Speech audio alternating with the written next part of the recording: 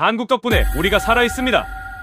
세계 최강이라고 불리던 미국 항공모함 전단이 처음으로 도망칠 곳이 없는 상황에 빠졌습니다. 레이더에는 잠수함 신호가 계속 찍히는데 정작 아무것도 보이지 않았습니다. 미 해군은 급하게 최신 미사일을 발사합니다. 나토의 기술, 유럽의 자존심, 수십 년의 역사를 가진 가장 비싼 무기였죠. 그런데 이 결단이 역사상 최악의 실수가 될 줄은 아무도 몰랐습니다. 왜냐면 미국이 어떤 주파수로 어떤 미사일을 쏠지까지 이란은 이미 알고 있었기 때문입니다. 경고등이 울렸고 무전이 끊겼습니다. 세계에서 가장 강력한 항모강습단이 54km짜리 해협 안에서 포위됐습니다. 백악관지하 벙커 안 대통령이 물었습니다. 선택지가 있나? 없습니다. 3초의 침묵, 그리고 누군가 아주 작은 목소리로 말했습니다. 우리가 처음에 무시했던 무기가 있습니다. 그리고 그 무기는 미국이 가장 먼저 후보에서 지워버렸던 것이었습니다. 아무도 웃지 않았습니다. 수송기가 밤을 가르며 날았고 그 안에 실린 단 하나의 무기가 전 세계 군사시장의 판도를 바꾸게 됩니다. 도대체 미군이 끝까지 무시했다가 결국 마지막 순간 다시 찾게 된 그 무기는 무엇이었을까요? 그 이야기 지금 바로 시작합니다. 안녕하세요. 저는 마이클 스티븐스입니다. 미국 해군 출신으로 현재는 국제군사 전략을 분석하는 일을 하고 있습니다. 오늘 제가 여러분께 들려드릴 이야기는 제가 현역 시절에도 전역 이후에도 단 한 번도 상상해 본 적 없는 사건입니다. 솔직히 말씀드리면 처음 이 보고서를 받았을 때 저는 숫자를 2번 확인했습니다. 3번도 확인했습니다. 그래도 믿기지 않았습니다. 세계 최강이라고 불리던 미국 항모강습단이 단 하나의 선택 때문에 호르무즈 해협 한가운데서 움직이지 못하게 된 이야기였기 때문입니다. 그리고 그 위기 속에서 처음에는 조롱받고 지워졌던 한 나라의 무기가 마지막 순간 다시 불려 나오게 됩니다. 그 이야기를 지금 시작합니다. 이야기의 시작은 2025년 가을 호르무즈 해협이었습니다. 페르시아만과 오만만을 잇는 이 좁은 바다는 폭이 가장 좁은 구간은 고작 54km에 불과합니다. 그러나 이 짧은 물길을 통해 전 세계 원유 물동량의 약 20%가 매일 지나갑니다.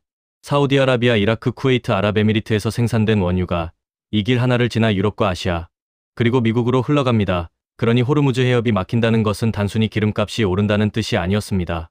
세계 경제의 동맥이 잘리는 것과 같은 일이었습니다. 이란은 오래전부터 이 해협을 전략 카드로 쥐고 있었습니다. 미국과의 갈등이 깊어질 때마다 이란은 호르무즈 봉쇄 가능성을 꺼내들었고 서방 세계는 그때마다 긴장했습니다. 하지만 이번은 달랐습니다. 이번에는 말뿐인 위협이 아니었습니다. 이란 혁명수비대 소속 함정들이 해협 인근 해역으로 직결하기 시작했고 이란 해군의 잠수정들이 하나둘 레이더에서 사라졌습니다. 마지막으로 확인된 숫자는 3척이었습니다. 문제는 그 다음이었습니다. 그 3척이 사라진 뒤부터는 누구도 정확한 위치를 알지 못했습니다. 미국은 즉각 항모강습단을 파견했습니다. 핵추진 항공모함을 중심으로 이지스 순양함, 구축함, 잠수함, 보급함이 함께 움직이는 세계 최강의 해상 전력이었습니다. 이 전력 하나만으로도 웬만한 중소국가의 해군력을 압도할 수 있었습니다. 미국은 지난 수십 년 동안 이 카드 하나로 세계 곳곳의 분쟁을 억제해왔습니다. 항모강습단이 나타나면 상대는 물러서는 것이 국제사회의 불문율처럼 여겨졌습니다. 이번에도 모두가 그렇게 될 것이라고 생각했습니다. 그러나 이란은 물러서지 않았습니다. 오히려 해협 안쪽의 움직임은 더 조용해졌고 더 불길해졌습니다. 보이지 않는 잠수정 신호가 간헐적으로 잡혔다가 사라졌고 해상 감시망에는 설명되지 않는 빈 구역이 생기기 시작했습니다. 현장 지휘관들은 그제야 깨닫기 시작했습니다. 이번 위기는 평소와 다르다는 것을요. 항모강습단이 도착했는데도 상대가 물러서지 않는다는 것은 이미 이란이 무언가를 준비했다는 뜻이었습니다. 유엔 안전보장이사회는 긴급 회의를 소집했습니다. 주요 산유국들은 비축유 방출을 논의하기 시작했고 국제유가는 단 48시간 만에 배럴당 $30 이상 폭등했습니다. 일본과 한국처럼 에너지 수입, 의존도가 높은 국가들의 경제 지표도 흔들렸습니다. 전 세계가 고작 54km짜리 해협 하나를 바라보며 숨을 죽이고 있었습니다.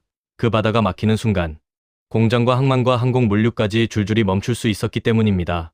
미국 내부의 분위기도 심상치 않았습니다.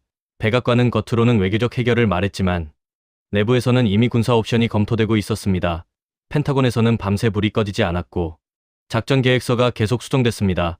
항모강습단의 존재 자체가 경고였습니다. 하지만 그 경고가 통하지 않는다면 다음 선택지는 훨씬 더 무거워질 수밖에 없었습니다. 아무도 전쟁이라는 단어를 먼저 꺼내고 싶어 하지 않았지만 모두가 알고 있었습니다. 지금 이 해협에서는 작은 오판 하나가 세계적인 충돌로 번질 수 있다는 사실을요. 바로 이 시점에서 미국은 알아차렸어야 했습니다. 이란이 왜 이렇게 자신 있게 버티고 있는지를요. 세계 군사 전문가들은 오래전부터 경고해왔습니다. 이란은 미국의 압도적인 전력과 정면으로 싸우려 하지 않을 것이라고, 대신 좁은 해협과 잠수정과 교란 장비를 이용해 미국의 강점을 무력화하려 할 것이라고 말입니다. 하지만 미국은 그 경고를 충분히 무겁게 받아들이지 않았습니다. 그리고 더 치명적인 실수는 그 다음에 찾아왔습니다. 어떤 무기를 선택하느냐의 문제에서였습니다. 그 회의에서 여러 후보가 올라왔습니다. 미국산 장비도 있었고 유럽산 미사일도 있었습니다. 그리고 아주 짧게 한번 한국의 이름도 거론됐습니다. 하지만 그 이름은 오래 머물지 못했습니다. 누군가는 실전 검증이 부족하다고 말했고 누군가는 한국 해군 무기를 중동의 실전 상황에 투입하는 것은 모험이라고 말했습니다. 결국 그 이름은 후보 목록에서 가장 먼저 지워졌습니다. 그때 회의실에 있던 누구도 알지 못했습니다. 몇 시간 뒤 그들이 지워버린 바로 그 이름을 다시 찾게 될 것이라는 사실을요. 그 이름은 한국이었습니다. 그리고 그 선택이 어떤 결과로 돌아왔는지는 지금부터 본격적으로 이야기가 시작됩니다. 미국 해군 작전실에는 당시 수십 개의 무기 옵션이 올라와 있었습니다. 이란 잠수정의 움직임을 막고 항모강습단을 보호할 새로운 대응 체계가 필요했습니다. 펜타곤은 전 세계 방산 시장을 빠르게 훑기 시작했습니다. 프랑스의 해군 미사일 기술이 검토됐고 이스라엘의 전자전 시스템이 논의됐으며 독일의 잠수함 대응 무기가 가장 유력한 후보로 떠올랐습니다. 그리고 그 목록 어딘가에 아주 조용히 한 나라의 이름이 한 번 등장했습니다. 한국이었습니다. 보고서에는 해궁이라는 이름이 적혀 있었습니다. 한국이 독자 개발한 함정. 방어용 국산 함대공 미사일 체계였습니다. 함정으로 접근하는 적어도 위협을 빠르게 탐지하고 수직 발사 방식으로 대응하는 무기였습니다. 특히 해궁은 레이더와 적외선 탐색을 결합한 이중 탐색 구조를 갖추고 있어 교란 상황에서도 목표를 끝까지 추적할 수 있다는 평가를 받고 있었습니다. 수면 가까이 낮게 접근하는 미사일이나 드론처럼 탐지가 까다로운 표적을 상대하기 위해 만들어진 무기였습니다. 하지만 작전실 안에서 이 보고서는 오래 머물지 못했습니다. 누군가 말했습니다. 한국 무기를 이 상황에 투입한다고. 회의실 분위기가 순간 굳었습니다. 보고서에 적힌 숫자보다 먼저 사람들의 머릿속에 떠오른 것은 한국이라는 이름이었습니다. 미국 내 일부 군사 관계자들에게 한국 방사는 아직도 미국산 무기를 면허 생산하거나 부품을 조립하는 나라라는 오래된 인식에 묶여 있었습니다. 한국이 독자적으로 세계 최고 수준의 첨단 무기를 만들 수 있다는 생각은 그들의 판단 안에 깊게 자리 잡지 못했습니다. 한 고위 관계자가 짧게 말했습니다. 실전 검증이 부족합니다. 또 다른 관계자가 덧붙였습니다. 중동 해역에서 항모강습단을 맡기기에는 위험한 도박입니다. 그 한마디로 분위기는 끝났습니다.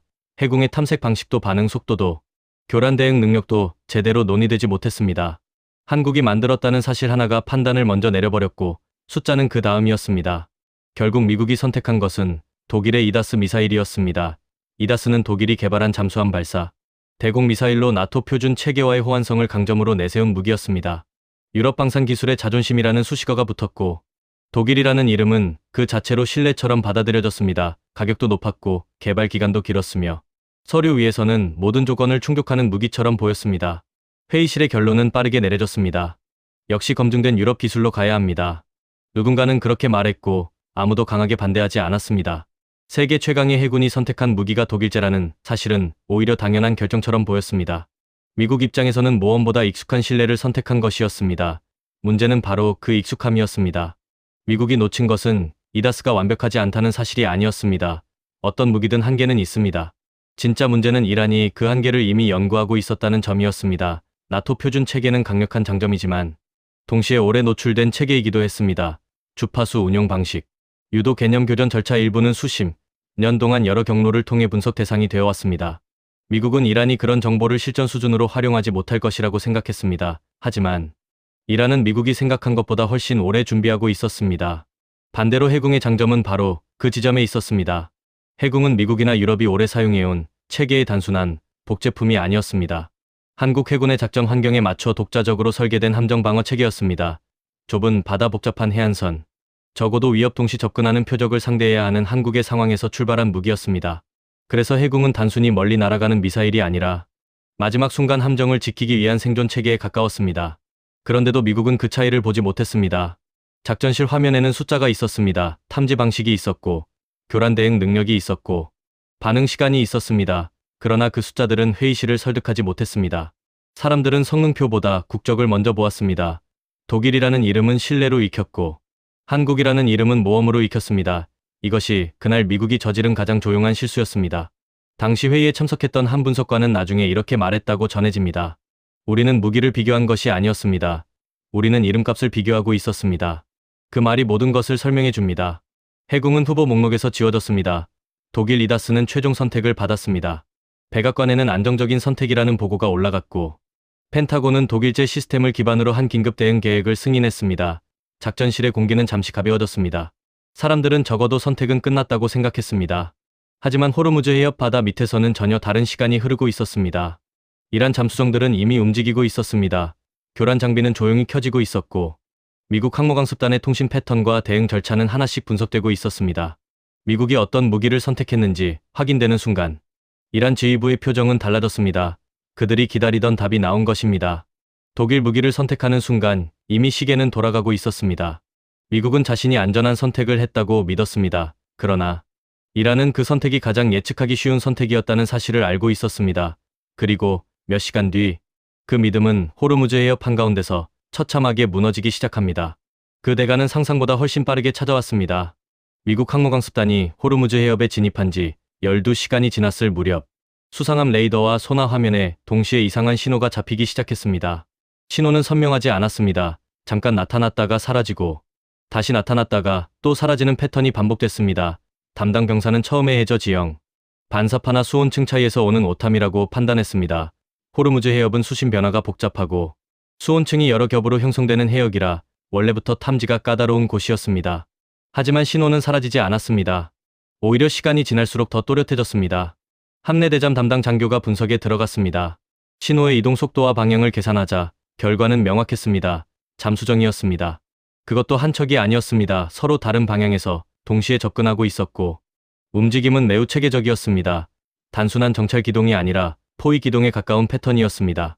잠수정들은 항모강습단을 중심으로 삼각형을 그리듯 위치를 잡아가고 있었습니다. 곧이어 두 번째 문제가 발생했습니다. 상공에서 적어도 무인기 신호가 포착됐습니다. 처음에는 작은 정찰 드론으로 보였습니다. 그러나 곧 분석 결과가 바뀌었습니다. 그 드론들은 단순히 영상을 찍기 위한 장비가 아니었습니다. 해협 안쪽에 숨어있는 잠수정들과 정보를 주고받는 중계 드론이었습니다. 다시 말해, 이란은 바다 밑의 잠수정과 하늘 위의 드론을 하나의 그물처럼 연결해 미국 항모강습단의 위치와 움직임을 실시간으로 읽고 있었습니다. 함장은 즉각 대응 명령을 내렸습니다. 먼저 제거해야 할 것은 잠수정이 아니었습니다. 잠수정의 눈과 귀 역할을 하는 적어도 중계 드론이었습니다.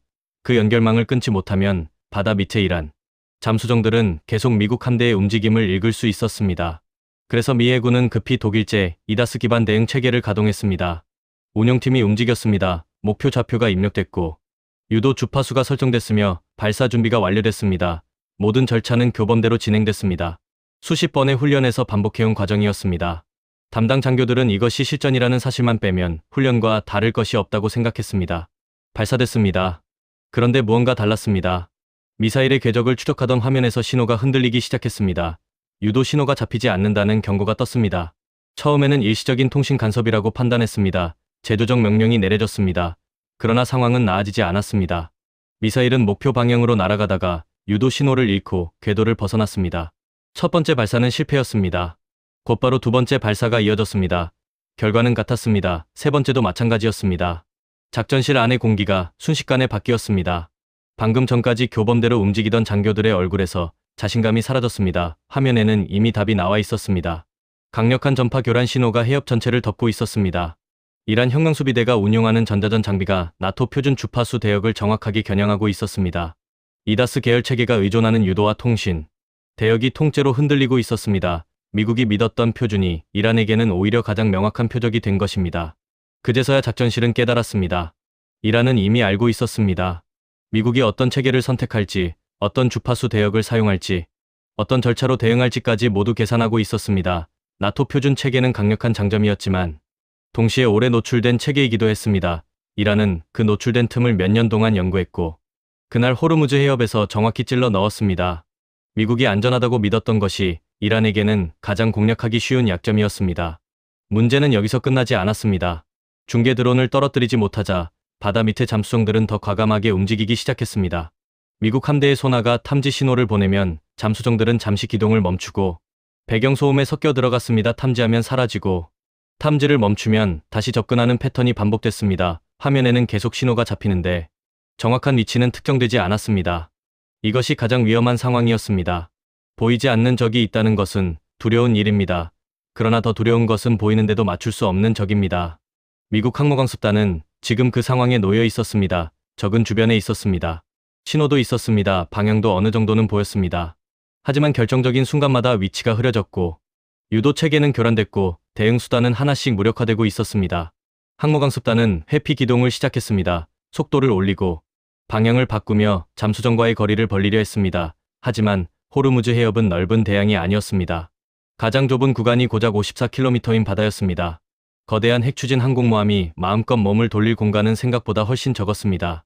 세계 최강이라 불리던 함대가 좁은 해협 안에서 선택지를 잃어가고 있었습니다. 함장의 보고가 올라갔습니다. 적어도 중계 드론 제거 실패, 유도 체계 교란, 잠수정 위치 특정 불가, 회피 기동 중이나 해협 폭 한계로 기동 공간 부족, 추가 대응 수단 제한적.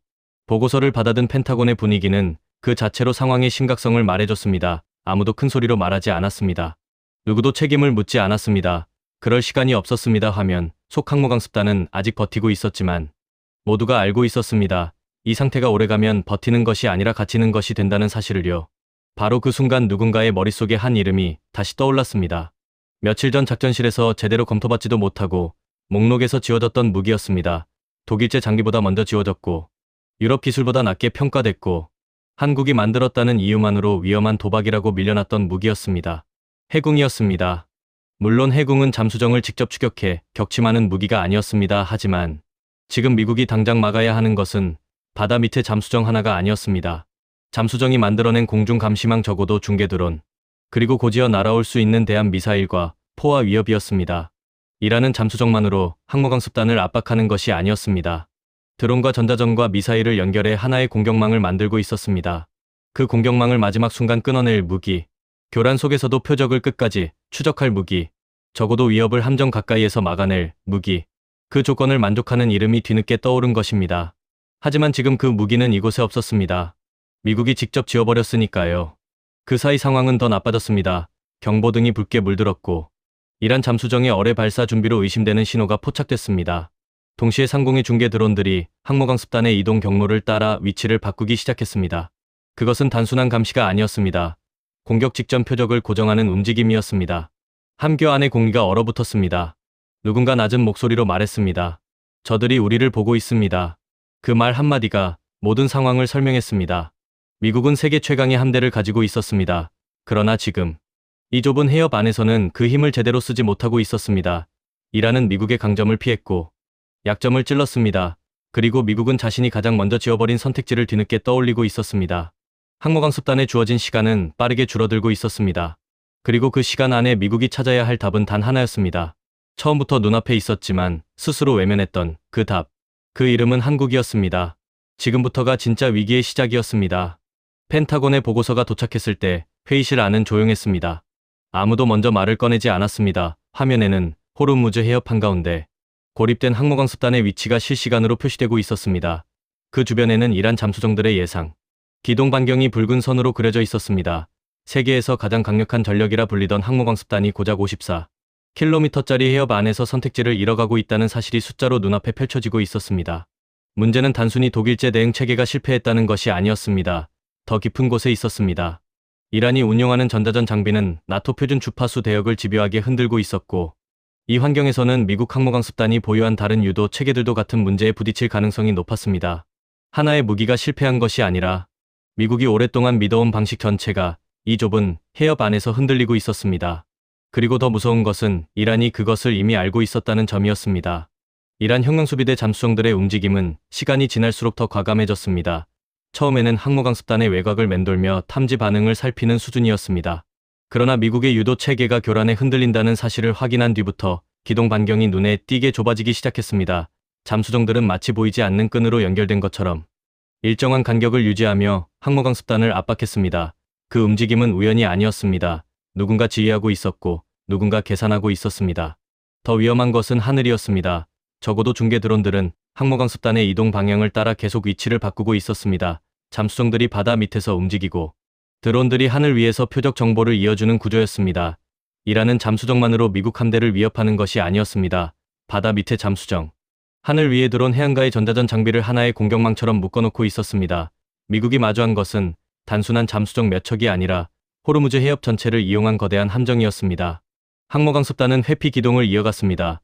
속도를 올리고 방향을 바꾸며 포위망에서 벗어나려 했습니다. 하지만 호르무즈 해협은 넓은 대양이 아니었습니다. 이론상 폭은 54km라고 해도 실제로 항공모함이 자유롭게 움직일 수 있는 공간은 훨씬 좁았습니다. 수심이 충분한 항로 민간 선박의 통항 구역. 이란 영해와의 경계선까지 고려하면 거대한 핵추진 항공모함이 선택할 수 있는 길은 제한적이었습니다. 이란은 바로 그 제한을 알고 있었습니다. 워싱턴에서는 긴급 안보 회의가 열렸습니다. 대통령을 포함해 국방장관 합참의장, 국가안보보좌관이 한자리에 모였습니다. 회의는 시작부터 무거웠습니다. 합참의장이 현황을 보고했습니다. 적어도 중계드론 제거 실패 유도 체계 교란 지속 이란 잠수정 추정 위치 3곳. 항모강습단 회피 기동 중 기동 공간 제한 추가 대응 수단 제한적이라는 내용이었습니다. 누구도 바로 말을 잇지 못했습니다. 대통령이 물었습니다. 선택지가 있나? 합참의장은 잠시 침묵했습니다. 그리고 낮은 목소리로 대답했습니다. 현재 보유한 체계 안에서는 제한적입니다. 그 말은 사실상 다른 표현의 경고였습니다. 지금 가진 카드만으로는 상황을 뒤집기 어렵다는 뜻이었습니다. 미국은 즉시 중부사령부와 인도태평양사령부의 경계태세를 끌어올렸고 주요 동맹국들과 실시간 상황 공유에 들어갔습니다. 전 세계 미군 기지들은 대비태세를 높였습니다. 뉴스가 흘러나오자 국제금융시장은 흔들렸고 원유 선물 가격은 다시 뛰기 시작했습니다. 세계가 이 좁은 해협 하나를 바라보며 숨을 참고 있었습니다. 한국과 일본을 포함한 아시아 동맹국들에도 긴급 연락이 갔습니다. 에너지 수입 의존도가 높은 나라들에게 호르무즈 해협의 위기는 단순한 군사 문제가 아니었습니다. 한국 역시 예외가 아니었습니다. 중동산 원유 상당 부분이 이 길을 통과했고 그 흐름이 막히는 순간 산업 현장과 물류망 전체가 충격을 받을 수 있었습니다. 한국 정부는 비축유와 해상 운송 상황을 점검하기 시작했고 외교 채널을 통해 미국 측 상황을 파악했습니다. 하지만 워싱턴의 시선은 이미 다른 곳을 향하고 있었습니다. 합참 회의실에서 누군가 조심스럽게 한 이야기를 꺼냈습니다. 며칠 전 작전실에서 제대로 검토받지도 못하고 후보 목록에서 지워진 무기 이야기였습니다. 처음에는 아무도 반응하지 않았습니다. 한국이라는 이름이 다시 회의실에 올라왔을 때 몇몇 사람들은 고개를 들었고 몇몇 사람들은 표정을 굳혔습니다. 그러나 다른 선택지가 사라질수록 그 이름은 점점 더 무게를 얻기 시작했습니다. 그 무기는 잠수정을 직접 추격해 격침하는 무기가 아니었습니다. 하지만 지금 미국이 당장 막아야 하는 것은 잠수정 하나가 아니었습니다. 잠수정이 만들어낸 감시망이었고 하늘 위의 중계 드론이었고 전자전 속에서 이어질 수 있는 적어도 대한 위협이었습니다. 항모강습단이 무너지는 순간은 잠수정이 눈앞에 나타나는 순간이 아니라 그 잠수정이 만든 공격망이 완성되는 순간이었습니다. 그 공격망을 끊어야 했습니다. 그 조건에서 다시 떠오른 이름이 있었습니다. 해궁이었습니다. 교란에 흔들리는 표준 주파수 체계와 달리 독자적인 탐색 구조를 가진 무기였습니다. 레이더와 적외선 탐색을 결합해 표적을 끝까지 물고 늘어지는 함정 방어용 체계였습니다.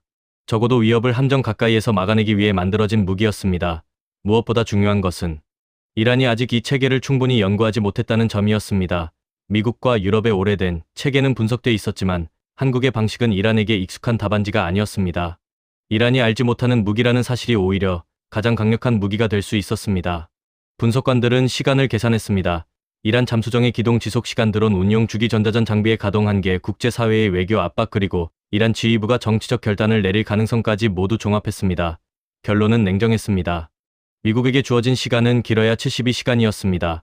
그 안에 상황을 뒤집을 새로운 카드를 꺼내지 못하면 항모강습단은 계속 밀려나거나 훨씬 더 위험한 무력 충돌을 선택해야 했습니다. 둘 다 최악이었습니다. 회의실의 공기는 더 무거워졌습니다. 누군가는 한국 무기를 지금 이 상황에 들여오는 것이 너무 늦었다고 말했습니다. 누군가는 운용 훈련 시간이 부족하다고 했습니다. 또 다른 누군가는 미 해군이 검증하지 않은 체계를 항모강습단 방어에 쓰는 것은 정치적으로도 군사적으로도 부담이 크다고 말했습니다. 그때 한 분석관이 조용히 말했습니다. 우리는 이미 검증된 선택을 했습니다. 그리고 그 선택이 지금 실패했습니다. 회의실이 조용해졌습니다. 누구도 반박하지 못했습니다. 지금 필요한 것은 체면이 아니었습니다. 이름값도 아니었습니다. 항모강습단을 살릴 수 있는 실제 능력이었습니다. 국방장관이 자리에서 일어났습니다. 그는 잠시 화면 속 호르무즈 해협을 바라봤습니다. 붉은 선으로 둘러싸인 항모강습단은 여전히 움직이고 있었지만 그 움직임은 자유가 아니라 버티기에 가까웠습니다. 그는 보좌관을 향해 짧게 말했습니다. 한국에 연락해보게. 아직 늦지 않았다면. 그 한마디가 이후 모든 것을 바꾸게 됩니다.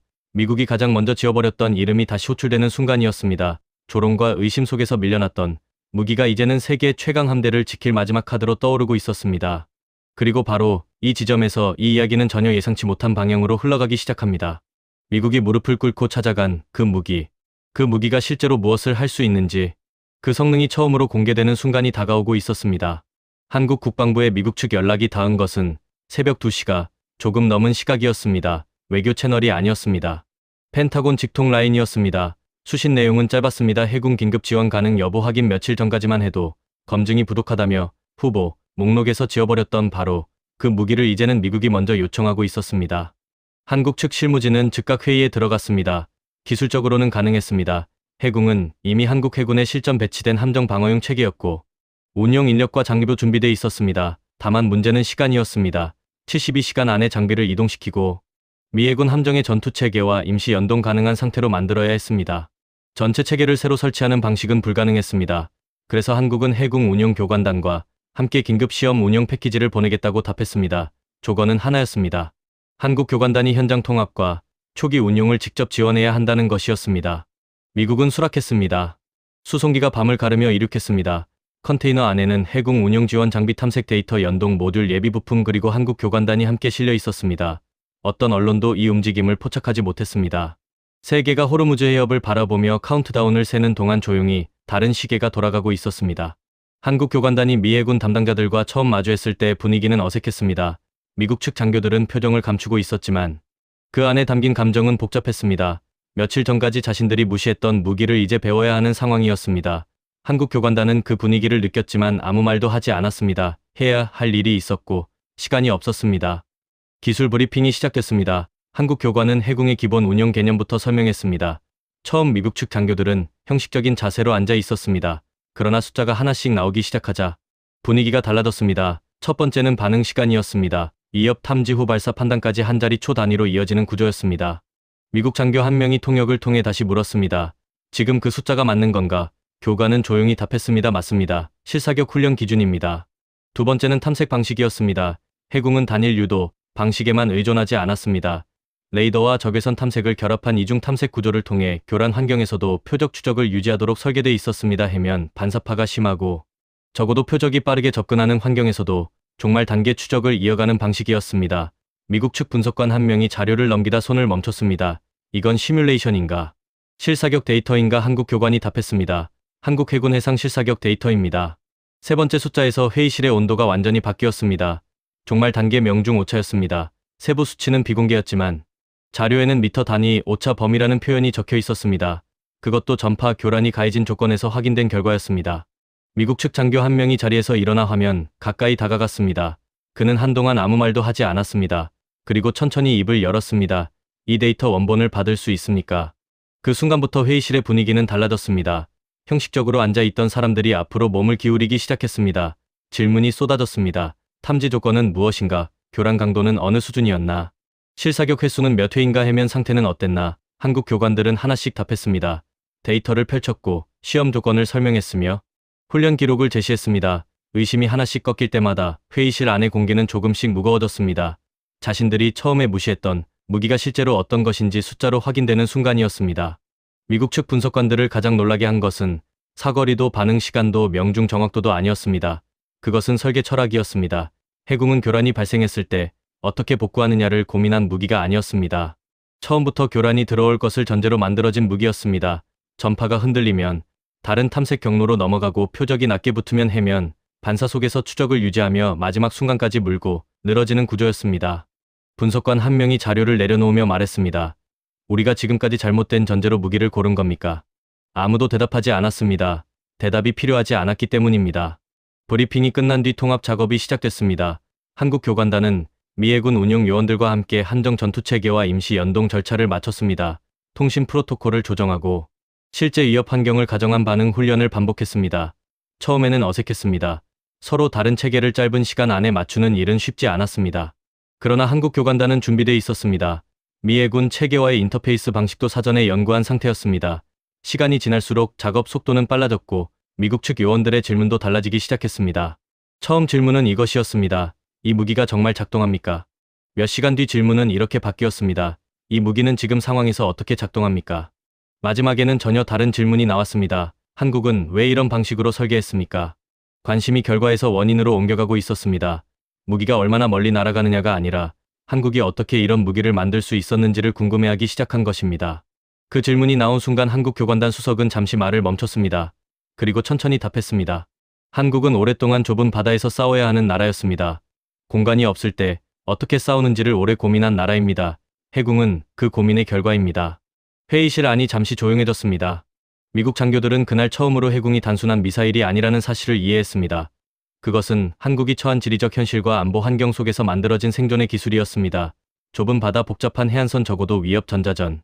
그리고 동시에 밀려오는 복합 공격. 미국이 호르무즈 해협에서 처음 마주한 조건을 한국은 설계 단계부터 상정해온 것입니다.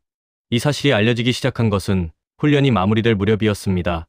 펜타곤 내부 보고서에 해궁의 재원이 기록됐고 문서를 본 일부 장교들 사이에서 반응이 나왔습니다. 한 고위 장교는 이렇게 말했다고 전해집니다. 이 자료가 진짜라면 우리가 처음 선택을 잘못한 것이 아니라 평가 자체를 잘못한 것이다. 다른 장교는 더 직접적으로 말했습니다. 이 성능을 갖고 있었는데 왜 아무도 몰랐나? 그 질문의 답은 간단했습니다. 세상이 한국을 보는 방식 때문이었습니다.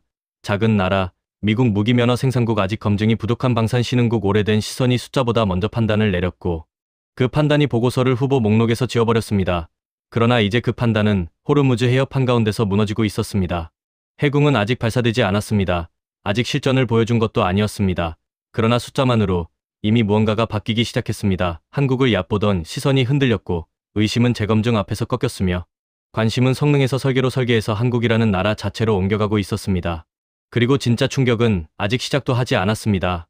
해궁이 실제로 발사되는 순간, 그 순간 미국이 보게 될 장면은 그들이 처음 숫자를 확인했을 때보다 훨씬 더 믿기 어려운 것이었습니다. 해궁 운용 체계가 함정에 통합 완료된 것은 수송기가 도착한 지 16시간이 지난 시점이었습니다. 72시간 안에 해야 할 일을 절반도 안 되는 시간에 끝낸 것이었습니다.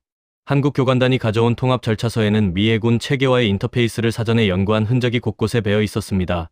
미국 측 운용 요원들은 그 준비 수준을 보고 말을 아꼈습니다. 누군가 낮게 중얼거렸습니다. 이걸 즉흥으로 만든 게 아니었군. 그 말은 감탄이자 인정이었습니다. 한국은 이 순간을 예상이라도 했던 것처럼 움직였습니다. 장비 배치, 통신 연동, 위협 데이터 입력, 운용 절차 점검까지 모든 과정이 놀라울 정도로 빠르게 이어졌습니다. 미 해군 장교들이 가장 당황한 것은 속도가 아니었습니다. 그 속도 안에 실수가 거의 없다는 점이었습니다. 대기 상태가 시작됐습니다. 이란 잠수정들은 여전히 항모강습단 주변을 압박하고 있었고 적어도 중계 드론들은 함대의 이동 경로를 따라 계속 위치를 바꾸고 있었습니다. 미국 측 운용 요원들은 해궁 탐색 화면을 처음으로 실시간으로 들여다봤습니다. 화면에 표시되는 표적 정보의 밀도와 갱신 속도는 그들이 익숙하게 보던 방식과 달랐습니다. 표적 하나가 잡히면 해면, 반사파 속에서도 추적선이 끊기지 않았습니다. 적어도 드론이 수면 가까이 내려붙어도 신호는 흔들릴 뿐 사라지지 않았습니다. 운용 요원 한 명이 한국 교관에게 물었습니다. 저 드론 고도가 15m 아래인데 추적이 유지되는 게 맞습니까? 한국 교관이 짧게 답했습니다. 해궁은 그보다 더 낮은 고도까지 상정하고 만든 체계입니다. 운용 요원은 다시 화면을 바라봤습니다. 그리고 아무 말도 하지 않았습니다. 그 긴장된 대기 시간 동안 펜타곤에서는 또 다른 검증이 진행되고 있었습니다. 해궁 통합 완료 보고가 올라가자 합참 내부에서 비공식 분석 요청이 들어왔습니다. 이 무기의 실전 운용 가능성과 현재 환경에서의 예상, 교전 결과를 다시 계산하라는 지시였습니다. 분석팀은 해궁의 재원을 펼쳤습니다. 이번에는 브리핑용 검토가 아니었습니다. 실제 호르무즈 해협의 데이터와 맞붙이는 계산이었습니다. 해면 상태, 기상 조건, 이란 드론의 비행 패턴, 전자전 장비의 교란, 주파수, 대역 잠수정의 예상 기동 경로까지 모두 입력됐습니다. 분석관들은 처음부터 의심하는 자세로 접근했습니다. 한국 측 자료를 그대로 믿지 않았습니다. 오히려 불리한 조건을 일부러 집어넣었습니다. 파고를 높였고 교란 강도를 올렸고 드론의 접근 속도를 최대치로 설정했습니다. 그런데 결과가 이상했습니다.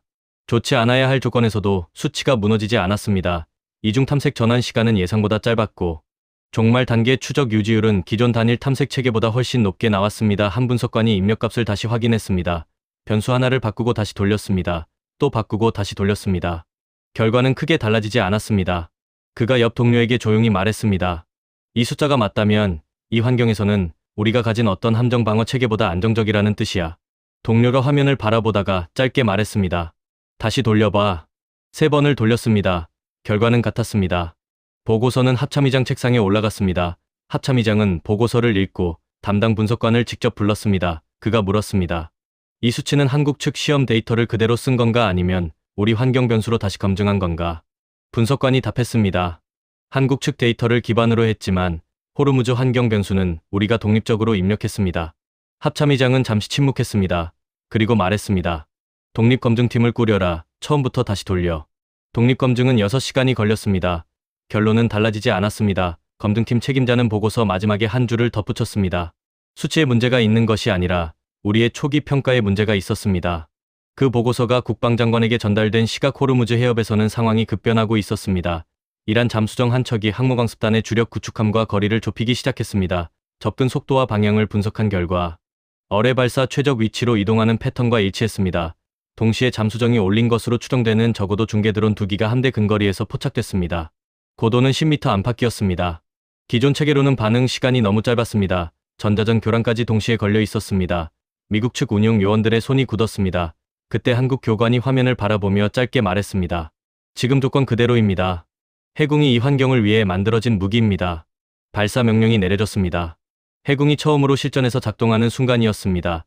탐색기가 적어도 중계 드론 2기를 동시에 잡았습니다. 곧바로 전파 교란이 들어왔습니다. 화면의 신호가 흔들렸습니다. 미국 요원 한 명이 반사적으로 숨을 멈췄습니다. 그러나 다음 순간 해군은 적외선 탐색으로 자동 전환했습니다.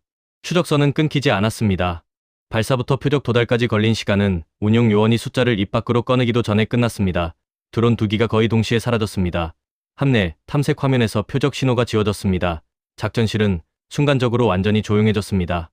아무도 먼저 말하지 않았습니다. 몇 초 뒤 누군가 낮게 중얼거렸습니다. 끊기지 않았어. 교란 속에서 추적이 끊기지 않았어. 중계 드론이 제거되자 이란 잠수정들의 실시간 표적 정보 연결망이 흔들리기 시작했습니다. 잠수정들은 즉각 기동 방식을 바꿨습니다.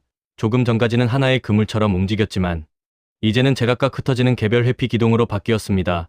미국 함대의 소나는 그 변화를 즉각 부탁했습니다. 조율된 포위망이 무너지자 잠수정들의 움직임은 갑자기 예측 가능해졌습니다. 그때 두 번째 위협이 포착됐습니다. 이란 측이 적어도 대한 미사일을 발사한 것입니다.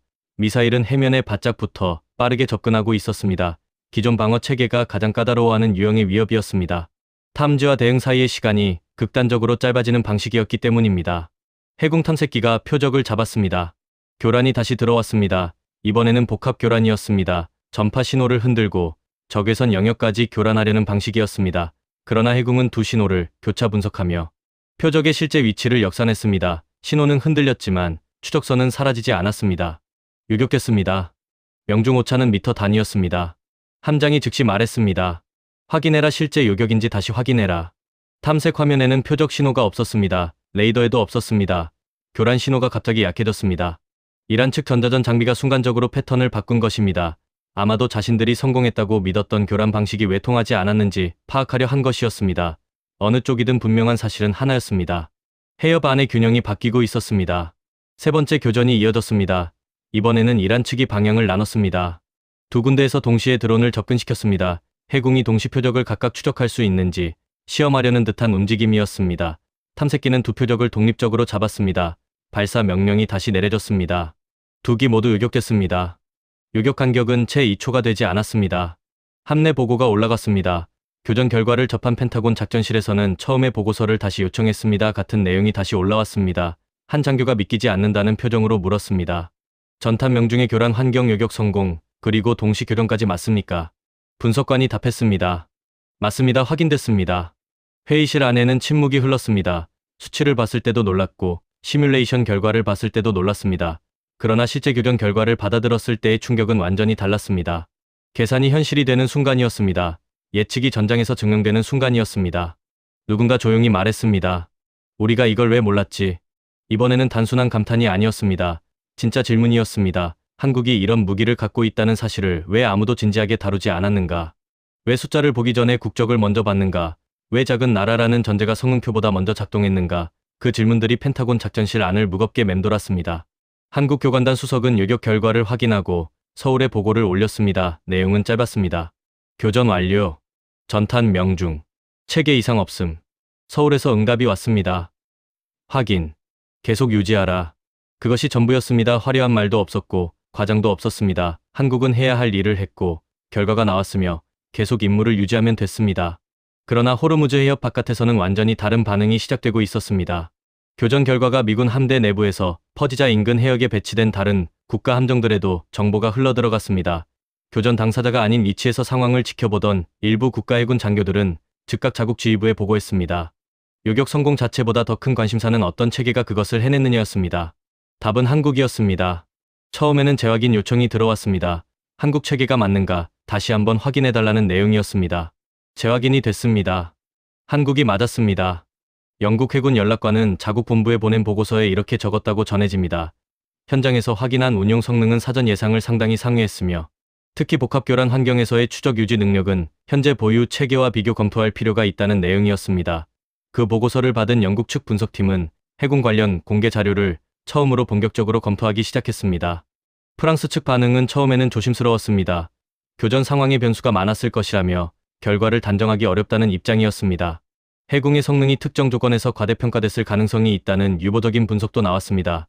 그러나 독립교전 기록이 공유되고 세부 데이터가 추가로 확인되자 분위기는 달라졌습니다. 프랑스 측 분석관들도 자료를 다시 요청했습니다. 두 번째 검토가 시작됐습니다. 이번 검토는 훨씬 조용하고 꼼꼼했습니다. 일본 방위성도 보고를 받자마자 내부 검토를 지시했습니다. 일본은 한국과 비슷한 해양 안보 환경을 가진 나라였습니다. 좁은 해협, 복잡한 해안선, 적어도 위협, 이 모든 조건이 겹쳤습니다. 일본 분석관들이 해군의 설계 철학을 들여다보기 시작한 것은 그날 오후였습니다. 처음 반응은 의심이었습니다. 한국이 이 수준의 체계를 독자 개발했다는 사실이 쉽게 받아들여지지 않았습니다. 어딘가에서 기술을 이전받았을 것이라는 추정도 나왔습니다. 그러나 개발 이력을 추적한 결과 해군은 한국 국방과학연구소와 국내 방산 기업들이 독자적으로 개발하고 시험한 체계라는 사실이 확인됐습니다. 일본 측 분석관 한 명이 보고서에 이렇게 적었습니다. 우리가 한국 방산을 마지막으로 진지하게 검토한 것이 언제인지 다시 생각해봐야 한다. 하지만 가장 충격적인 반응은 예상치 못한 곳에서 나왔습니다. 이란이었습니다. 이란 혁명수비대 지휘부는 중계 드론이 연속으로 격추되고 대한 미사일이 요격된 직후 전자전 장비의 운용 패턴을 바꿨습니다. 기존에 성공적으로 작동하던 나토 표준 주파수 교란 방식이 이번에는 효과를 내지 못했습니다. 교란을 가해도 추적이 끊기지 않는 체계를 이란은 처음 마주한 것이었습니다. 이란 측 전자전 운용팀은 즉각 교란 주파수를 변경했습니다. 그래도 의격됐습니다. 다른 방식으로 전환했습니다. 그래도 결과는 같았습니다. 이란은 호르무즈 해협에서 처음으로 자신들의 교란 체계가 통하지 않는 무기를 만난 것이었습니다. 이란 잠수정들의 기동이 느려졌습니다. 완전히 물러난 것은 아니었지만 공격적인 접근 기동은 멈췄습니다. 지휘부가 상황을 다시 계산하기 시작한 것입니다. 어떤 무기인지 어떤 방식으로 작동하는지 그리고 자신들의 교란 체계가 왜 효과를 내지 못했는지 파악해야 했습니다. 그러나 답은 쉽게 나오지 않았습니다. 한국의 체계는 이란이 수십 년 동안 연구해온 미국과 유럽의 방식과 달랐기 때문입니다. 함장은 그 변화를 놓치지 않았습니다. 잠수정들의 기동이 소극적으로 바뀐 순간을 포착하고 즉각 보고를 올렸습니다. 상황이 달라졌습니다. 이란이 멈췄습니다. 이유는 분명했습니다. 자신들이 대응할 방법을 모르는 무기가 나타났기 때문이었습니다. 펜타곤 작전실에서는 보고를 받고 처음으로 안도의 기색이 흘렀습니다. 그러나 그 안도는 오래가지 않았습니다. 다음 질문이 곧바로 따라왔기 때문입니다. 우리는 왜 이걸 처음부터 선택하지 않았는가? 그리고 우리는 한국이 가진 것을 얼마나 더 모르고 있는가? 그 질문은 작전실 안에서만 맴도는 것이 아니었습니다. 이미 정보는 흘러나가고 있었고 세계는 한국이라는 이름을 다시 보기 시작했습니다. 처음에는 확인하려 했고 그 다음에는 의심했으며 재검증을 거쳐 인정했고 이제는 궁금해하기 시작했습니다. 한국이 이것 말고 또 무엇을 갖고 있는가? 그 궁금증의 답은 이 이야기의 가장 마지막에 있습니다. 그리고 그 답이 공개됐을 때 세상이 어떻게 반응했는지는 지금부터 바로 이어집니다. 이란 잠수정들이 공격적인 기동을 멈춘 순간 호르무즈 해협의 공기는 달라졌습니다.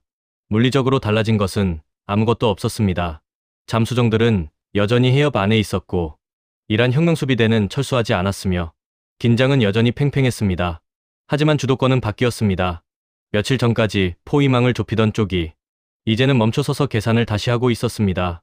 그리고 그 변화를 만들어낸 것이 한국의 무기라는 사실은 이제 미군 함대만 아는 비밀이 아니었습니다. 정보는 생각보다 빠르게 퍼졌습니다. 군사 정보는 통제할 수 있습니다. 하지만 전장에서 무언가 달라졌다는 신호는 완전히 숨길 수 없습니다. 이란 잠수정들의 기동 패턴 변화를 위성으로 추적하던 여러 나라의 정보기관들이 동시에 움직이기 시작했습니다. 미군 함대에 새로운 장비가 통합됐다는 사실은 이미 수송기 이동 시점부터 일부 국가의 정찰 자산에 포착돼 있었습니다. 문제는 그 장비가 무엇이냐였습니다. 그리고 그 답이 한국이라고 확인됐을 때 각국의 반응은 달랐지만 공통점은 하나였습니다. 처음에는 아무도 바로 믿지 않았다는 것입니다. 미국 내부에서 가장 먼저 달라진 것은 언론 보도가 아니었습니다. 국방부 내부 문서였습니다. 교전 결과가 공식 기록으로 남기 시작하면서 분석 요청이 잇따랐습니다. 해군의 실전 교전 결과를 기존 함정 방어 체계의 유사 환경 데이터와 비교하는 작업이었습니다. 담당 분석관들은 처음부터 불편한 표정을 감추지 못했습니다. 수십 년 동안 검증됐다고 믿어온 서방 체계와 한국 무기를 같은 표 위에 올려놓는 것 자체가 어색하게 느껴졌기 때문입니다. 하지만 숫자는 감정을 따르지 않았습니다. 복합 교란 환경에서의 추적 유지율, 해면 가까이 접근하는 적어도 표적에 대한 탐지 지속성, 동시교전 상황에서의 반응 시간, 이 항목들을 하나씩 비교하자 회의실의 분위기가 바뀌기 시작했습니다. 해군의 수치는 현재 미 해군이 운용 중인 단거리 함정 방어 체계들과 비교해도 호르무즈 해협 같은 환경에서는 뚜렷하게 높은 안정성을 보였습니다. 특히 해면 고도 10m 이하의 적어도 표적은 기존 체계들이 가장 어려워하던 구간이었습니다. 그런데 해군은 바로 그 구간에서 실전 데이터를 갖고 있었습니다. 분석관 한 명이 비교표를 들여다보다가 말했습니다. 이건 우리가 오랫동안 해결하려고 했던 문제야. 그런데 한국이 이미 풀어놨네?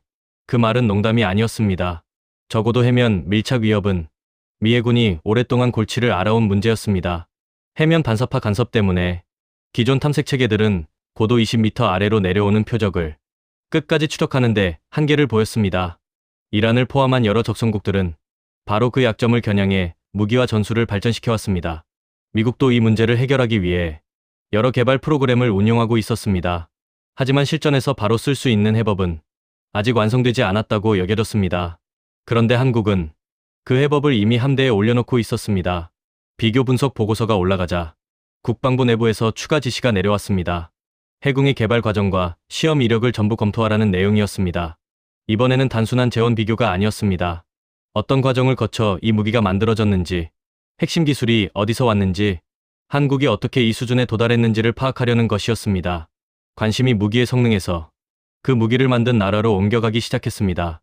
한국국방과학연구소의 연구 이력이 검토됐습니다.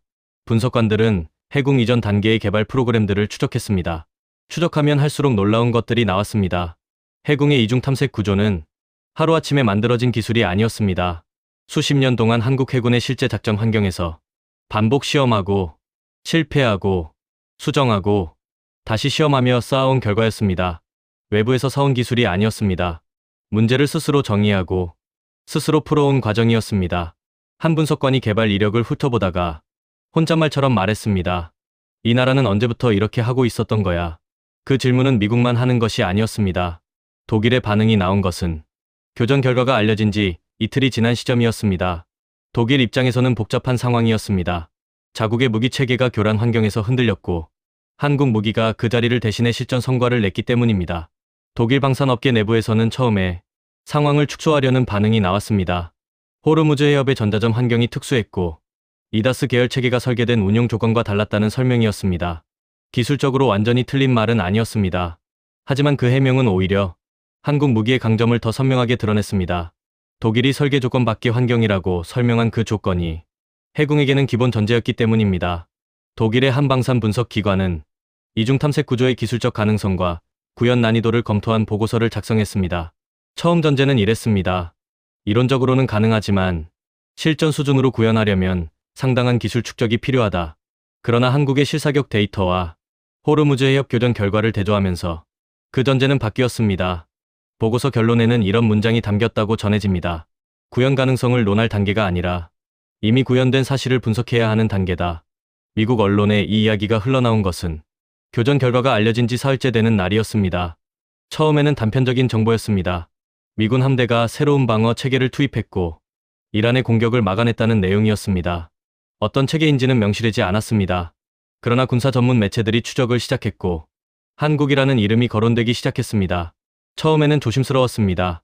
한국산 무기가 미군 항모강습단 방어에 실전 투입됐다는 사실이 너무 이례적이었기 때문입니다. 확인하는 데 시간이 걸렸고 그 시간 동안 이야기는 오히려 더 크게 퍼졌습니다. 첫 번째 공개 보도가 나오자 반응은 두 갈래로 갈라졌습니다. 한쪽에서는 사실이라면 놀라운 일이라고 말했습니다. 다른 쪽에서는 과장됐을 것이라고 말했습니다. 군사 커뮤니티에서는 한국 무기가 그런 성과를 냈다는 것을 믿기 어렵다는 반응이 적지 않았습니다. 한국 방산에 대한 오래된 인식이 그대로 작동했습니다. 면허 생산이 주력 아니냐는 댓글이 달렸고 미국이 검증 안 된 무기를 항모 방어에 쓸 리 없다는 반응도 나왔습니다. 하지만 데이터가 공개되기 시작하자 그 반응들은 하나씩 꺾이기 시작했습니다. 교전 영상보다 먼저 나온 것은 숫자였습니다. 탐지 고도, 반응 시간, 요격 오차, 복합교란 환경에서의 추적 유지율. 이 숫자들이 군사 전문 매체를 통해 흘러나오자 처음에 의심하던 사람들은 조용해졌습니다. 숫자는 감정과 다릅니다. 특히 독립검증된 수치가 같은 방향을 가리킬 때는 더욱 그렇습니다. 미국 측 독립검증 결과가 한국 측 데이터와 오차 범위 안에서 일치했다는 사실이 알려지자 의심의 목소리는 급격히 줄어들었습니다. 그리고 곧바로 다음 질문이 나왔습니다. 한국이 이것 말고 또 무엇을 갖고 있나? 방산 전문 분석 기관들이 한국 무기 체계 전반을 다시 들여다보기 시작했습니다. 해국만 검토한 것이 아니었습니다. 최근 수년 사이 한국이 독자 개발하거나 실전 배치한 무기 체계들이 하나의 목록으로 정리됐습니다. 그 목록을 처음 받아든 분석관들의 반응은 비슷했습니다. 이게 다 한국 거야. 오랫동안 한국 방산을 주목하지 않았던 사람들에게 그 목록은 낯선 이름들로 가득했습니다. 개별적으로 보면 지나쳤을 무기들이었지만 한꺼번에 놓고 보니 전혀 다른 그림이 나왔습니다. 한국은 이미 상당한 수준의 독자 방산 생태계를 갖추고 있었습니다. 함정 방어 체계, 지대지 미사일, 자주포, 잠수함, 전자전 대응 기술, 여러 분야에서 국내 개발 비율을 높여온 결과였습니다. 그리고 그 체계들은 대부분 한국이 처한 실제 안보 환경을 전제로 설계된 것들이었습니다. 좁은 해협, 복잡한 해안선, 전자전 환경, 동시다발 위협. 바로 그 조건이 호르무즈 해협에서 증명된 것입니다. 나토 회원국 몇몇 나라의 국방부에서는 한국 방산 관련 긴급 브리핑을 요청했습니다. 정기협력회의가 아니었습니다. 이번 상황을 계기로 급하게 만들어진 자리였습니다. 처음 질문은 해궁에 집중됐습니다. 하지만 시간이 지날수록 질문의 범위는 넓어졌습니다. 한국의 전자전 대응 기술은 어느 수준인가? 함정 통합 전투 체계는 어떻게 구성되어 있는가? 독자 개발 비율은 어느 정도인가? 해상 실사격 데이터는 얼마나 축적되어 있는가? 질문의 방향이 무기 하나에서 한국의 방산 체계 전체로 옮겨가고 있었습니다. 그 브리핑에 참석한 한 나라의 담당자는 나중에 이런 말을 남겼다고 전해집니다. 우리는 한국을 방산 시장에서 새로 뜨는 나라라고 생각했는데 이미 우리보다 앞서 있는 분야가 있었다. 한국이 갑자기 만든 것이 아니었다. 우리가 보지 않았던 것이다. 그 말이 이 시기 국제 방산 시장에서 한국을 바라보는 시선 변화를 가장 잘 보여주고 있었습니다. 한국이 갑자기 달라진 것이 아니었습니다. 세상이 한국을 보는 방식이 달라진 것이었습니다. 오랫동안 작은 나라, 미국 무기 도입국, 아직 검증이 덜 된 방산 신흥국이라는 틀 안에 가둬두고 보지 않았던 것들이 호르무즈 해협의 교전 결과 하나를 계기로 한꺼번에 드러나기 시작했습니다. 방산 전문 매체들은 한국 방산의 실력을 재조명하는 기사들을 내기 시작했습니다. 처음에는 해궁을 중심으로 한 분석이었습니다. 하지만 점점 범위가 넓어졌습니다. 초반 논조는 조심스러웠습니다. 한 번의 실전 결과로 과도한 평가를 내리는 것은 위험하다는 단서가 붙었습니다. 그러나 독립검증 결과가 쌓이고 여러 나라의 분석 기관들이 비슷한 결론에 도달하자 그 단서들은 하나씩 사라졌습니다. 남은 것은 숫자였습니다. 그리고 그 숫자들은 한 방향을 가리키고 있었습니다. 한국 방산의 강점이 어디에서 왔는지를 추적하는 기사도 나왔습니다. 한국이 방위산업의 독자 기술력을 쌓기 시작한 시점, 어떤 분야에 집중했는지, 실전 배치 수준까지 끌어올리는데 얼마나 걸렸는지 그 과정이 분석됐습니다. 그 결과 드러난 것은 한국의 방산 기술 축적이 짧은 시간 안에 이루어진 것이 아니라는 사실이었습니다. 수십 년에 걸친 장기 투자, 반복된 시험, 실패를 줄여나간 현장 데이터, 그리고 좁은 바다에서 살아남아야 한다는 절박함. 그 모든 것이 해궁이라는 결과로 이어진 것이었습니다. 국제방산 전시회와 군사회의에서 한국이 거론되는 맥락도 달라졌습니다. 이전까지 한국은 성장하는 방산 수출국이라는 표현으로 불렸습니다. 그러나 이제는 달랐습니다. 특정 분야에서 앞서 있는 기술 보유국이라는 표현이 붙기 시작했습니다. 이 차이는 작아 보이지만 실제로는 컸습니다. 성장하는 수출국은 가격과 물량으로 경쟁하는 나라입니다. 기술 보유국은 협력하거나 배워야 할 대상입니다. 그리고 이 모든 변화의 중심에는 호르무즈 해협에서 증명된 숫자들이 있었습니다. 탐지 고도, 반응 시간, 명중 오차, 복합교란 환경에서의 추적 유지율. 이 숫자들은 홍보 문구가 아니었습니다. 전장에서 나온 결과였습니다. 처음에는 의심받았고, 다시 검증됐고, 결국 인정받았습니다. 그 과정을 통해 한국이라는 나라는 국제 방위산업 지형도 위에서 새로운 자리를 차지하게 됐습니다. 그러나 이 이야기에는 아직 말하지 않은 것이 있습니다. 호르무즈 해협의 교전이 가져온 가장 큰 변화는 무기 그 자체가 아니었습니다. 무기는 결과였습니다. 진짜 변화는 그 다음에 이어진 일들에서 시작됐습니다. 세계가 한국의 기술력을 인정하기 시작한 뒤 한국이 어떤 선택을 했는지, 그리고 그 선택이 한국의 위상을 어떻게 바꿨는지 그 마지막 이야기는 지금부터 시작됩니다. 세계가 한국을 다시 보기 시작한 그 순간 한국은 조용했습니다. 언론 앞에 서지 않았고 성명을 앞세우지 않았고 자국의 무기가 해낸 일을 먼저 자랑하지도 않았습니다. 한국 교관단은 임무를 마치고 귀환 준비를 하고 있었고 국방부는 정례 브리핑에서도 구체적인 언급을 피했습니다. 세상이 떠들기 시작한 뒤에도 한국은 말을 아꼈습니다. 그 침묵이 오히려 더 많은 것을 말해주고 있었습니다. 미국 국방장관이 한국 국방부 장관에게 직접 전화를 건 것은 교전 결과가 공식 확인된 지 나흘째 되는 날이었습니다. 외교 의전을 따른 공식 채널이 아니었습니다. 일정을 조율한 통화도 아니었습니다. 펜타곤에서 연결된 직통 전화였습니다. 통화 내용은 공개되지 않았습니다. 하지만 이후 양국 국방부가 공동으로 발표한 짧은 자료에는 이런 표현이 담겨 있었습니다. 이번 협력은 한미 동맹이 단순한 안보 협약을 넘어 실질적인 기술 파트너십으로 진화하고 있음을 보여주는 사례다. 외교 문서에서 기술 파트너십이라는 표현이 쓰인 것은 이례적인 일이었습니다. 오랫동안 미국은 한국과의 관계를 안보를 제공하는 나라와 안보를 제공받는 나라의 구조로 설명해왔습니다. 그런데 이제 표현이 달라지고 있었습니다. 그 한 문장은 한미 동맹의 무게 중심이 조금씩 바뀌고 있다는 신호였습니다. 펜타곤에서는 실무 차원의 움직임이 시작됐습니다. 해군 교전 데이터를 미국의 차세대 함정 방어 체계 개발의 참고 자료로 활용하겠다는 내부 결정이 내려졌습니다. 이것은 단순한 자료 수집이 아니었습니다. 미국이 자국 무기 개발 과정에서 한국의 실전 데이터를 기준점으로 삼겠다는 의미였습니다. 오랫동안 기술을 주는 쪽과 받아오는 쪽으로 나뉘어 있던 관계에서 방향이 일부 바뀌는 순간이었습니다. 이 결정을 검토한 한 분석관은 내부 문서에 이런 의견을 남겼다고 전해집니다. 우리가 이 데이터를 참고한다는 것은 이 환경에서 그들이 우리보다 먼저 답을 찾았다는 사실을 인정하는 것이다. 한국 국방과학연구소 내부에서도 이 사건을 받아들이는 방식은 조용했습니다. 해군 개발에 참여했던 연구원들이 교전 결과 보고를 받은 것은 언론보다 늦었습니다. 공식 채널을 통해 결과가 전달됐을 때 연구실 안은 이상할 만큼 조용했습니다. 환호도 없었습니다. 박수도 없었습니다. 누군가 창밖을 바라보다가 짧게 말했다고 전해집니다. 우리가 가정했던 환경과 거의 같았어. 그 말은 자랑이 아니었습니다. 수십 년 동안 한국이 처한 현실을 전제로 무기를 설계해온 사람들이 자신들이 세운 전제가 맞았다는 것을 확인한 순간이었습니다. 그들은 처음부터 알고 있었습니다. 이 무기가 어떤 상황에서 어떻게 작동해야 하는지를요. 세상이 그것을 확인하는데 시간이 걸렸을 뿐이었습니다. 나토 사무총장은 정례 기자회견에서 한국과의 방산협력 심화 가능성을 묻는 질문을 받았습니다. 그는 짧게 답했습니다. 이번 상황은 첨단 방위 기술이 어느 한 지역이나 진영에만 국한되지 않는다는 사실을 보여줬습니다. 몇 달 전까지만 해도 나토 회의에서 한국 방산이 핵심 의제로 거론되는 일은 드물었습니다. 한국은 나토 회원국이 아니었고 인도태평양 지역의 파트너 국가로 분류되는 것이 일반적이었습니다. 그러나 이제 나토 사무총장이 공개 발언에서 한국 방산을 언급하고 있었습니다. 그 맥락 자체가 달라진 것입니다. 영국은 가장 빠르게 움직인 나라 중 하나였습니다. 영국 국방부는 해군 교전 결과가 확인된 지 일주일도 지나지 않아 한국 측에 기술협력 협의 요청을 보냈습니다. 내용은 해군의 이중 탐색 구조와 복합교란 대응 방식에 대한 기술 정보 공유 가능성을 검토하는 것이었습니다. 영국 해군은 차세대 함정 방어 체계를 개발하고 있었고 적어도 해면 밀착 위협 대응은 핵심 과제 중 하나였습니다. 그 문제의 해법을 한국이 먼저 실전에서 보여주자 영국은 자존심보다 실용을 선택했습니다. 협력 요청을 올린 한 담당자는 내부 보고서에 이렇게 적었다고 전해집니다. 우리가 풀지 못한 문제를 그들은 이미 실전에서 검증해놨다.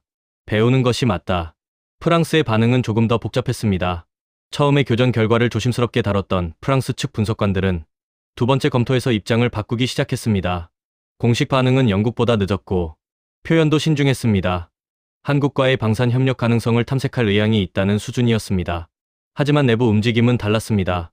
프랑스 방산 기업 중 한 곳이 한국 측 파트너와의 공동 개발 가능성을 조용히 타진하기 시작했습니다.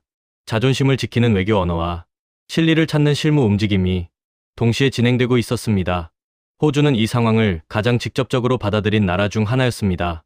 호주 해군은 자국의 해상 방어 환경이 한국이 상정한 설계 조건과 여러 면에서 겹친다는 점에 주목했습니다. 광활한 해안선, 저고도, 이협, 전자전 환경에서의 취약성. 이것은 호주가 오랫동안 고민해온 문제였습니다. 호주 국방부 내부에서는 해군을 포함한 한국 함정 방어 체계에 대한 검토가 시작됐습니다. 처음에는 비공식적인 수준이었습니다. 그러나 실무진이 한국 측 자료를 요청하고 분석에 들어가면서 검토는 점점 구체화됐습니다. 호주 방산 전문 매체는 이 움직임을 보도하며 이렇게 썼습니다. 한국 방산이 아시아 태평양 지역의 새로운 기준점이 되고 있다. 이스라엘의 반응도 예상 밖이었습니다. 이스라엘은 자국 방산 기술에 대한 자부심이 강한 나라입니다. 전자전과 방어체계 분야에서 오랫동안 세계 최고 수준의 기술을 보유해왔다고 평가받아온 나라였습니다. 그런 이스라엘이 한국 측의 기술 정보 교환을 제안했습니다. 해군의 복합 교란 대응 방식이 이스라엘이 연구해온 접근법과 다른 경로로 같은 문제를 풀었다는 점에 관심을 보인 것입니다. 이스라엘 방산 관계자들은 공개 발언을 피했습니다.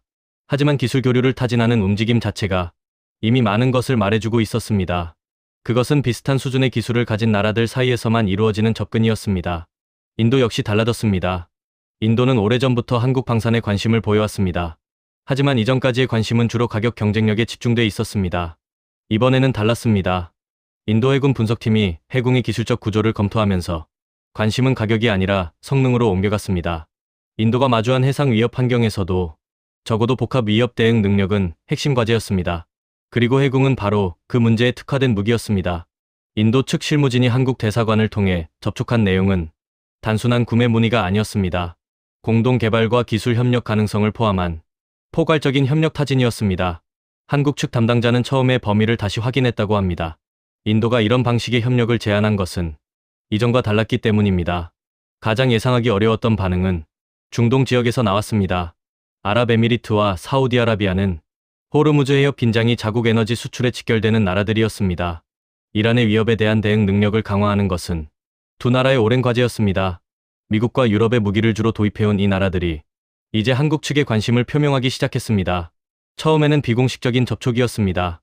그러나 실무진 수준에서 해군 관련 자료를 요청하고 운용 환경 적합성을 묻는 질문들이 들어오기 시작했습니다. 그 질문들은 이미 구매를 검토하는 사람이 하는 방식의 질문이었습니다. 이 모든 움직임이 동시에 진행되는 동안 한국 방산 수출 협상 테이블의 공기도 달라졌습니다. 이전까지 한국 방산 수출은 주로 가격 경쟁력과 빠른 납기를 앞세우는 방식이었습니다. 폴란드를 포함한 동유럽 국가들이 한국 무기를 선택한 이유 중 하나도 가격과 납기였습니다.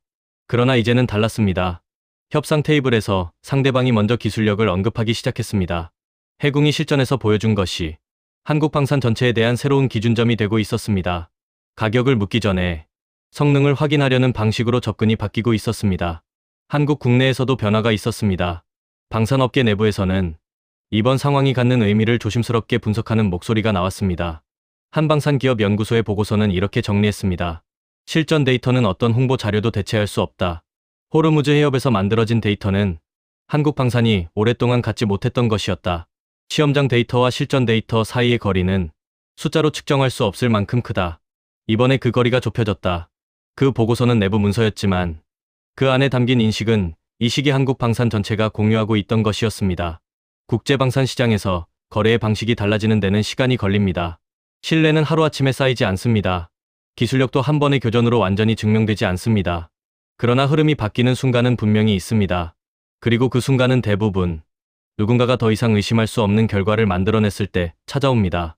호르무즈 해협에서의 세 번의 교전이 바로 그 순간이었습니다. 처음에는 믿지 않았습니다. 다음에는 재확인을 요청했습니다. 검증이 끝나자 배우려 했습니다. 그 과정은 나라마다 다른 속도로 진행됐지만 방향은 같았습니다. 세상이 한국 방산을 보는 틀이 바뀌고 있었습니다. 그리고 그 틀을 바꾼 것은 외교도 아니었습니다.